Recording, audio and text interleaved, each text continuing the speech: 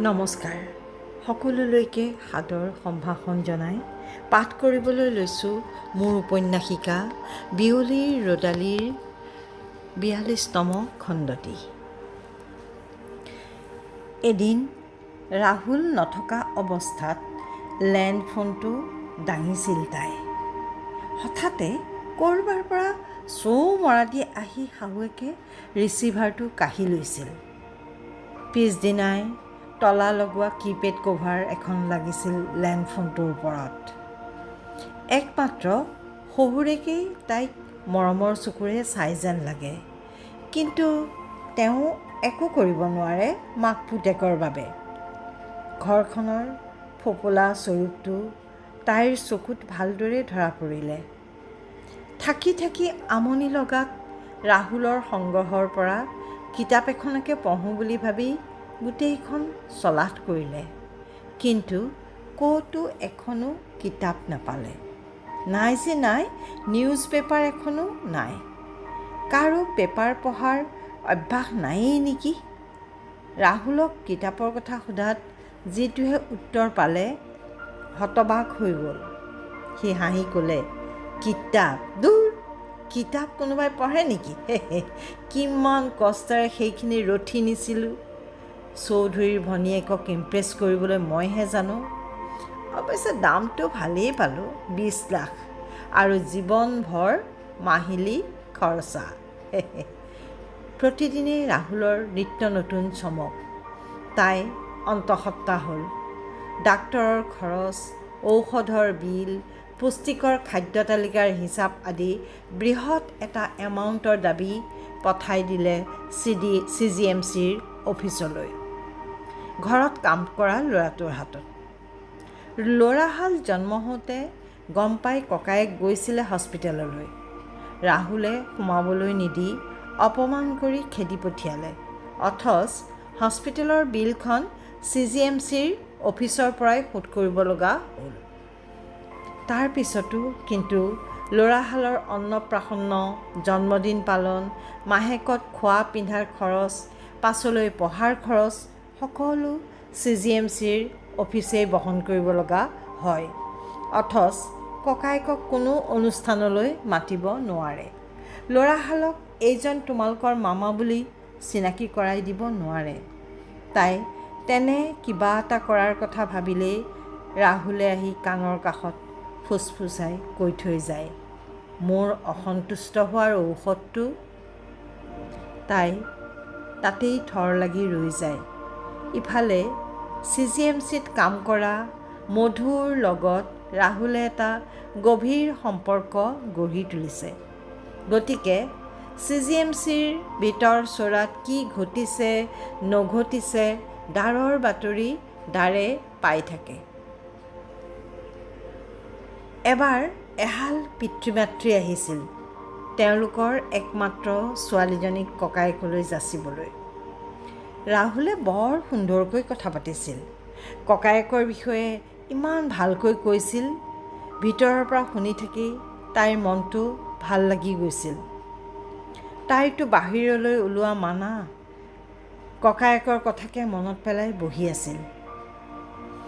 এবাৰ শুনিলে, সি ৰাহুলে কৈছে, ৰ'ব ভনীয়েকক মাতি আনো। সেই বুলি ৰাহুল ভিতৰ সোমাই আহিলে। তাই আকৌ এবাৰ চমক খালে। আহিয়েই ক'লে, ডাৰ্লিং, বাহিৰত ককায়েৰৰ চচুৰ চাচুৰি আহিছে, মাত এষাৰ দিয়াগৈ। আৰু কি কি ক'বা শুনি যোৱা।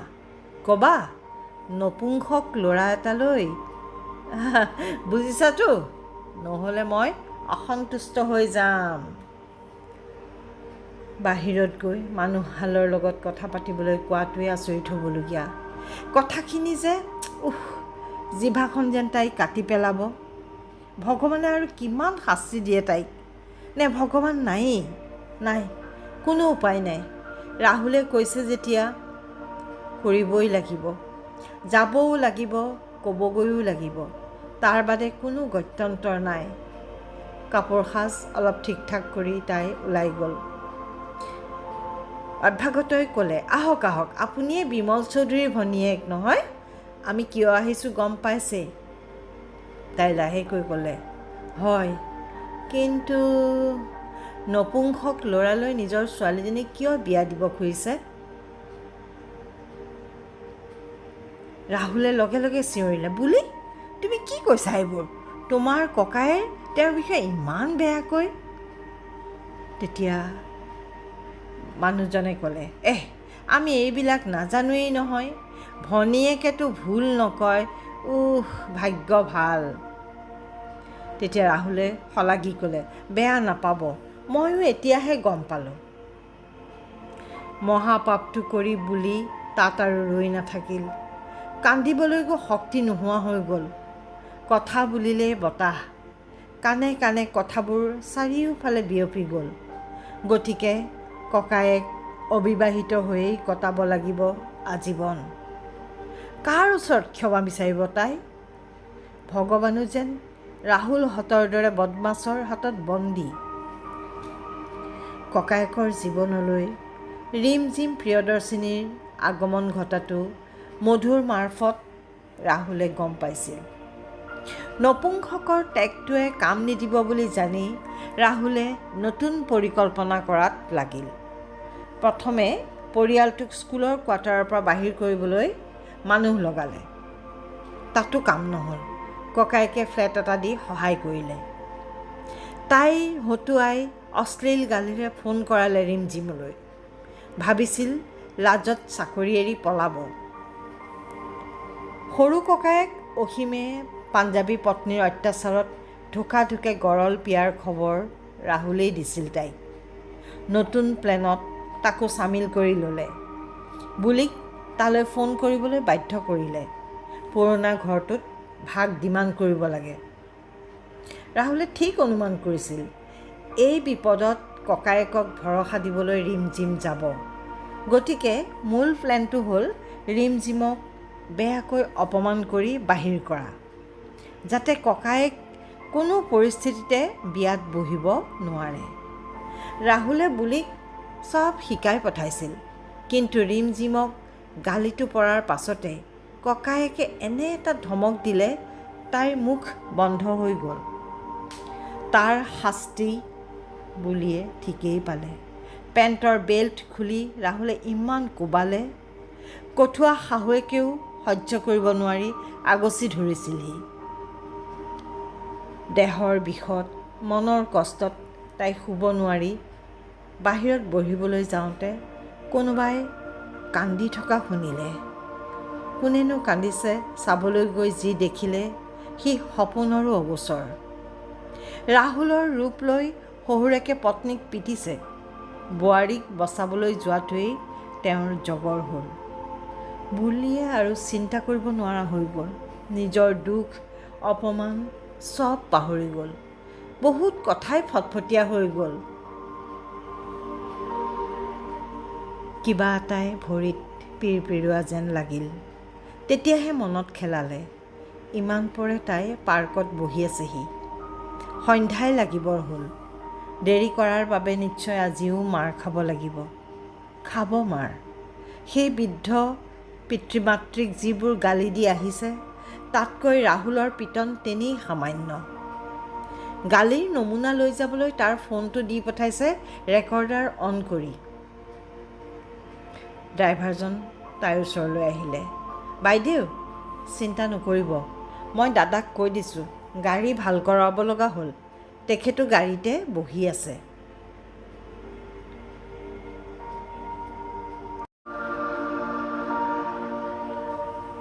হুৰ হুৰাই খহি পৰে বিমল চৌধুৰীৰ সপোনৰ কাৰে।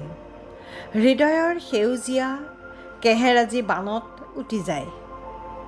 অনুৰ্বৰ আছিল চৌধুৰীৰ মন। ৰুক্ষতাই সংগী আছিল। কিয় আহিছিল তাই? আশাৰ বীজ সিঁচি পলসুৱা কৰিবলৈ। অভ্যাস সলনি হ'ল। মৰমৰ হেঁপাহৰ ফুল বচা সপোন দেখাৰ অভ্যাসে মনত ঘৰ কৰিলে। সেই সকলো মোহাৰি নিৰ্দিষ্ট বিভ্ৰান্ত চৌধুৰী ৰিমঝিমৰ ঘৰৰ পৰা ওলাই খোজকাঢ়িয়েই পোনে পোনে যাবলৈ ধৰিলে। ড্ৰাইভাৰে গাড়ীখন ঘূৰাই আনে মানে চৌধুৰী বহুত দূৰ পাই ব্যস্ত চহৰৰ জনপদত হেৰাই গ'ল। ইফালে সিফালে বহুত ঘূৰা ঘূৰি কৰিও ছাৰক লগ নাপায়। ড্ৰাইভাৰে ছাৰৰ মোবাইলত ফোন লগালে। গাড়ীৰ ভিতৰতে ৰিংটনটো বাজি উঠিল। তেতিয়াহে সি লক্ষ্য কৰিলে ছিটৰ চুকত ছাৰৰ মোবাইল আৰু হাতঘড়ীটো পৰি আছে। ছিটৰ তলত পৰি থকা টাইডাল তুলি সি ভাবিলে, কি কৰিব এতিয়া? অফিচলৈ ঘূৰি যাবনে প্ৰিয়দৰ্শিনী মেডামৰ ঘৰলৈ গৈ সুধি আহিব ছাৰ ক'লৈ গৈছে? নাই, ডাঙৰ মানুহৰ কথা কি বা জগৰ লাগে। ড্ৰাইভাৰে ভয়ে ভয়ে কনক শইকীয়া ছাৰক সকলো কথা বিৱৰি কওঁতে ছাৰৰ টেবুলতে মূৰ পেলাই বহি থকা ৰিমজিমে শুনিলে। কি বুজিলে নুবুজিলে নাই, উদ্ভ্ৰান্ত হৈ তাই ঘৰলৈ দৌৰ মাৰিলে। তাইৰ গাত যেন গোসানীহে লম্ভিলে। ইফালে ঘৰত নিবেদিতা দেৱীয়ে শৰ্মাৰ ওচৰলৈ গৈ ক'লে, হেৰি, আপুনি কথাটো চৌধুৰীক পোনে পোনে ক'ব নোৱাৰিলে? যিহে ভূমিকা কৰিছে, বেয়াই পালে নেকি? শৰ্মাই ক'লে, নহয় হে নিবি, চৌধুৰী ইমান ভদ্ৰ, কেনেকৈ কওঁ মোৰ ছোৱালীজনীক বিয়া কৰাওক বুলি? বুজিছে, ক'ব লাগিব।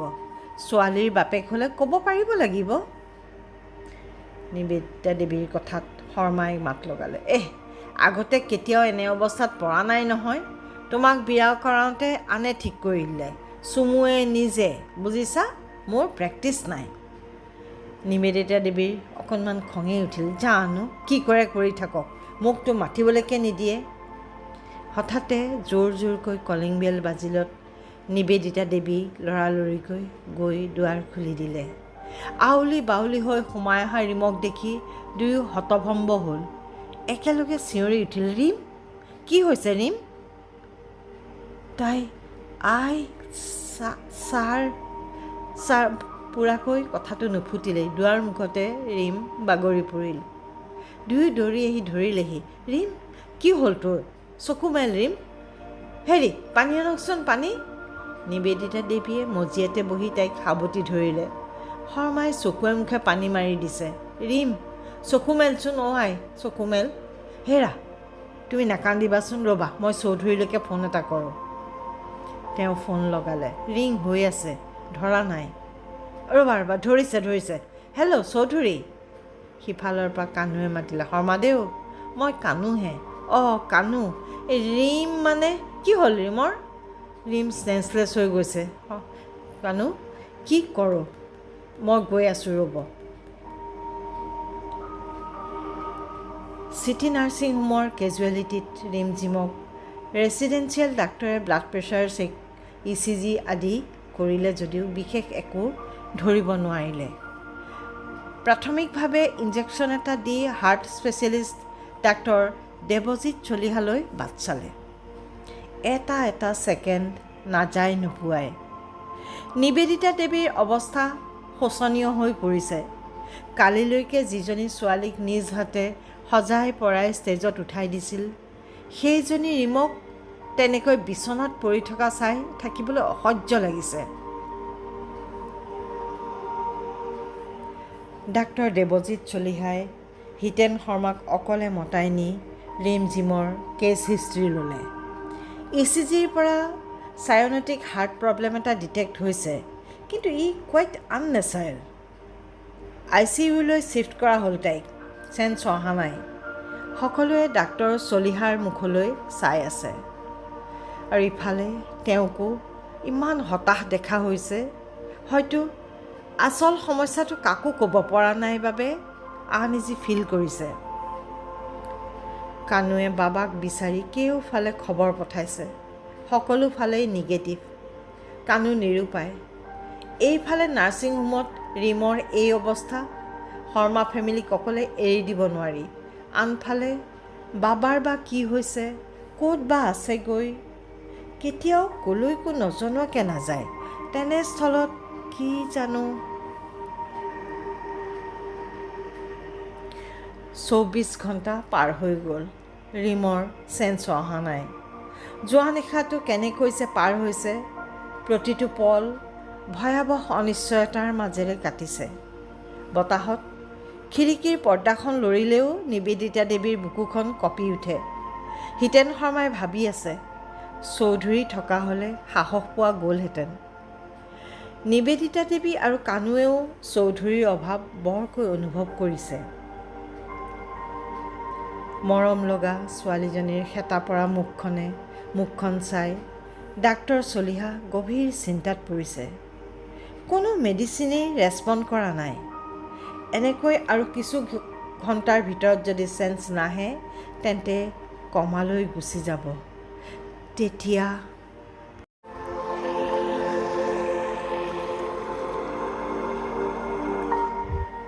বেজাৰ আৰু আশংকাই বিধৌত কৰা এটা দীঘল ৰাতি পাৰ হ'ল।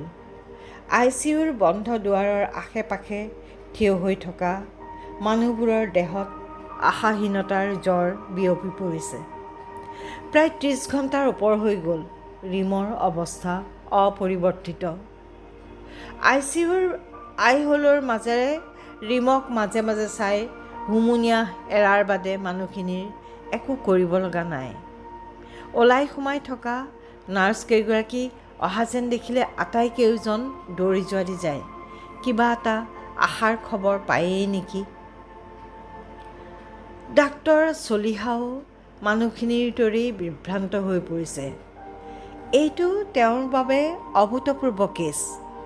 ইমান বছৰে সমগ্ৰ ভাৰতৰ চিকিৎসা জগতে পিন্ধোৱা বেষ্ট হাৰ্ট স্পেচিয়েলিষ্টৰ মুকুটটো তেওঁৰ ঠনঠনাই খহি পৰিছে যেন লাগিল।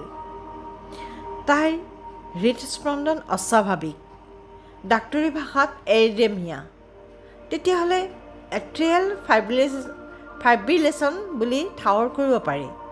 কিন্তু ডাক্তৰ চলিহাৰ অভিজ্ঞতাপুষ্ট ডায়েগনচিছ নস্যাৎ কৰি দিয়ে তাইৰ নৰ্মেল পালছ ৰেটটোৱে। নাৰ্ছিং হোমৰ জুনিয়ৰ ডাক্তৰকে আদি কৰি সকলো আচৰিত হৈছে চলিহা ছাৰৰ ইনভলভমেণ্ট দেখি। নিজৰ পৰিয়ালৰ মানুহৰ বাবেও চলিহাৰ দৰে ব্যস্ত স্পেচিয়েলিষ্টে আধা ঘণ্টা সময় ব্যয় কৰিব নোৱাৰে। তেনেস্থলত এতিয়া ইফালে চুমুৰ ভীষণ অভিমান হৈছে ঘৰখনৰ ওপৰত। নতুন চাকৰিত নতুন ঠাইত থাকিবলৈ গৈ তাইৰ অনবৰতে ঘৰখনলৈকে মনত পৰি আছে। আইলৈ ফোন কৰিবলৈ তাইৰ সাহস হোৱা নাই। ৰীম তাই নিজেতো কৰাই নাই, চুমুৱে কৰোঁতেও ৰিচিভ কৰা নাই। খং উঠিছে যদিও বাৰে বাৰে ফোন কৰি কৰি তাই ভাগৰি পৰিছে। ককাইদেউৰো কোনো খবৰ নাই। অতিষ্ঠ হৈ চুমুৱে সন্দীপ দত্তলৈ ফোন কৰিলত যেতিয়া ৰীমৰ অৱস্থাটো গম পালে, চাকৰি যি হয় হওক বুলি ঠেকেচি ঘৰলৈ বাছত উঠিল। বাবাৰ মোবাইলটো কানুৱে পকেটত ৰাখিছে। ইমান ঘন ঘনকৈ ফোন আহি আছে, সি ধৰা নাই যদিও অনুভৱ কৰিছে বাবাৰ অনুপস্থিতিত তাৰ দৰে আন বহুতৰে হাহাকাৰ হৈছে। অলপ সময় বহিবলৈ পাওঁতেই সি মিছ কলবোৰ চালে। এটা চুমুৰ নাম্বাৰ আৰু আনটো এটা আনন'ন নাম্বাৰ। ঠিক তেতিয়াই সেই নাম্বাৰটোৰ পৰা ফোন আহিল। কানুৱে ধৰিলে। হেল্ল', কোনে কৈছে? সিফালৰ পৰা ক'লে, এইটো চৌধুৰী চাহাবৰ ঘৰ নাকি? হয়, কি হ'ল? হা, চৌধুৰী চাহাব ইয়াতে আহিছিল, অসুস্থ হৈ গৈছে। কানুৱে চিঞৰি উঠিল, চৌধুৰী? বিমল চৌধুৰী? হা চাহাব, মই এই গেষ্ট হাউচৰ কেয়াৰটেকাৰেই কৈছোঁ। আজি ৰাতিপুৱাৰ পৰাই চাহাব অসুস্থ আছে। কানু যেন উশাহটো আহিল। ঠিক আছে, তোমাৰ গেষ্ট হাউচটো ক'ত? সি ক'লে, হা চাহাব, জোনবেলি ধাবাৰ গাতে লাগি থকা আলিটোৰে 3 মাইল আহিলে আমাৰ বৰডুবি ফৰেষ্ট আইভি। চাহাব জল্দি আহিব। কানুৱে যেন নতুন জীৱন পালে। হিতেন শৰ্মাক অলপ আহোঁ বুলি কৈ বৰডুবিলৈ গাড়ীত উঠিল। শৰ্মাই বাহিৰলৈ গৈ নিবেদিতা দেৱীলৈ চাহ একাপ আনিলেগৈ। মানুহজনীলৈ চাব নোৱাৰা অৱস্থা হৈছে। চকু মুখ ফুলি গৈছে। তেওঁ কন্দাই ভাল, নাকান্দি চকু মুদি পৰি থাকিলে শৰ্মাই ভয় খাই যায়। মাকজনী হৈ কেনেকৈ সহে বাৰু? দুয়োজনী ছোৱালীৰ ওপৰাপৰিকৈ এই বিপৰ্যয়। শৰ্মাই মাতিলে, নিবি চাহকাপ খোৱা। তেওঁ মূৰ জোকাৰিলে। মন নাই। আপুনি কিবা খালে জানো? চাহ খালোঁ। নিবেদিতা দেৱীয়ে শৰ্মাৰ কান্ধত মূৰ পেলাই